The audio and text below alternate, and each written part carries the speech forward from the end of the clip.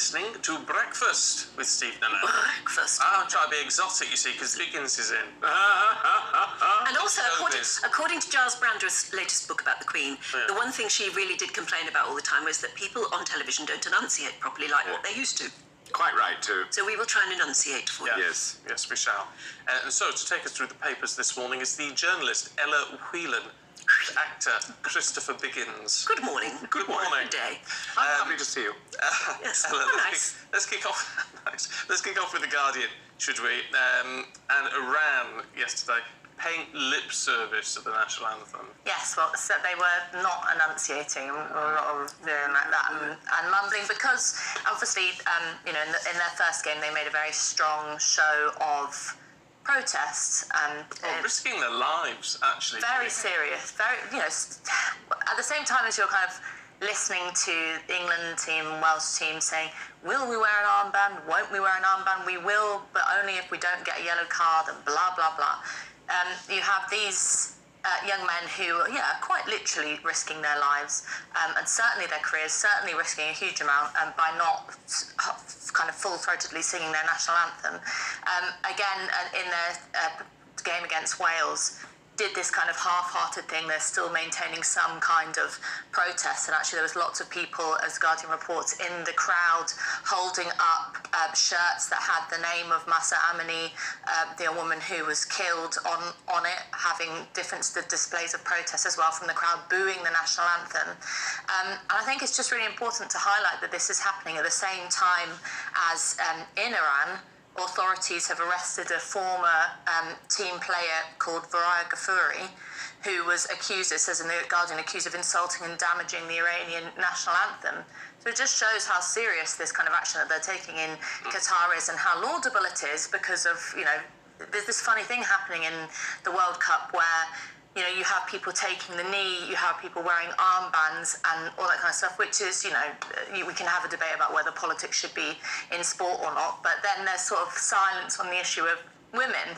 And obviously with protests going on in Iran against the regime, in relation to response to the murder of Mahsa Amini, but also more broadly about the kind of the regulations and rules there for moral living, I think this is a really brave thing, and they should be commended for And it. not only is the world spotlight on them here in the World Cup, but actually their own country is watching their every move as well. They're under a lot of scrutiny, aren't they? They are. I mean, it's a difficult time for them. And I tell you what, on a completely lighter note, what good-looking young men in that team. Wow, did you know? No, I haven't noticed. I didn't notice. Did you notice? No. Did you notice? No, Yes, well, I did. I know that I was watching some of the football, but the close-ups of the very good-looking young men in there. What about the shots? How are the shots? Hitting the ball, things like that. How was I that? noticed that. Didn't notice that, but the shorts were great. I was watching for my own reasons. I think. That's fair They enough. were extremely good-looking. They're gorgeous. Young men. You're right. Let's have a bit of some Strictly in the Mirror Biggins. Yeah, what's happening on Strictly? Well, Hamza, who is this incredible guy, and honestly, he's my tip to win. He's so wonderful because he's not a dancer. He's a photographer of seals and wildlife in Scotland and in fact all over the world. But he is incredible. I mean, I just think, have you seen him? No. He's well worth watching. He is brilliant, and I hope that he wins, because this is a person who never danced before in his life. Suddenly he goes each week, learns a new dance, and does it brilliantly. And he's fantastic. And he's by profession a natural history photographer. Yes. I didn't know him at all. Yeah, and he is fantastic, and he's so kind and nice, and it's just everything about him is wonderful. And I think he deserves to win. And it's these shows go on and on and on, and they need to do something new, and I think he would be an absolute wonderful winner. There's a story in here that he's got a lovely fan in Gail, and apparently he's lifted her up like he lifted this girl up in above his head in Strictly Come Dancing. So she's had a wonderful time up in the Highlands being lifted by him. I'll bet. Oh, there you go. How we go from that to pollution? The Times, I'm not quite sure. It's a bit of a gear change, as it were. Me and Christopher were talking about this in the break, because we both live in the same part of London, and it's, at the moment, driving in London is incredibly frustrating, if not impossible, because of the introduction of low traffic neighbourhoods, the ULEZ, the low emission zones, congestion charge, all of the rest of it. And now the daily £12.50 charge for the ULEZ is going to be expanded. First it went out in 2019 to the North and South Circular.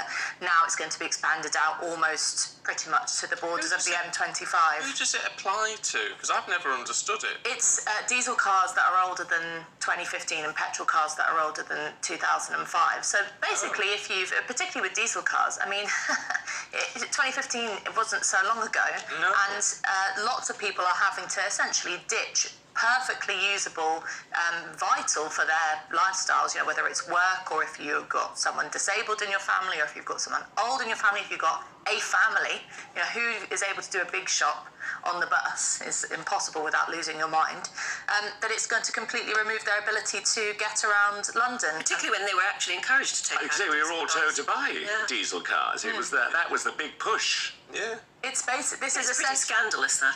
Sadiq Khan he uses the story of this tragic story of this little girl who it was said that she died. Part of the reasons why she died was because of asthma caused by pollution. We know that pollution is a big problem in London, but instead of doing things like increasing public transport, giving people more choice to be able to move around, we're essentially, the clampdown on cars is basically a poor tax, because the only people that can afford clean electric vehicles are those with lots of money, and the only people who can afford to pay the £12.50 charge are people with lots of money. Yeah. Well, once again, it's hammering the motorist, isn't it?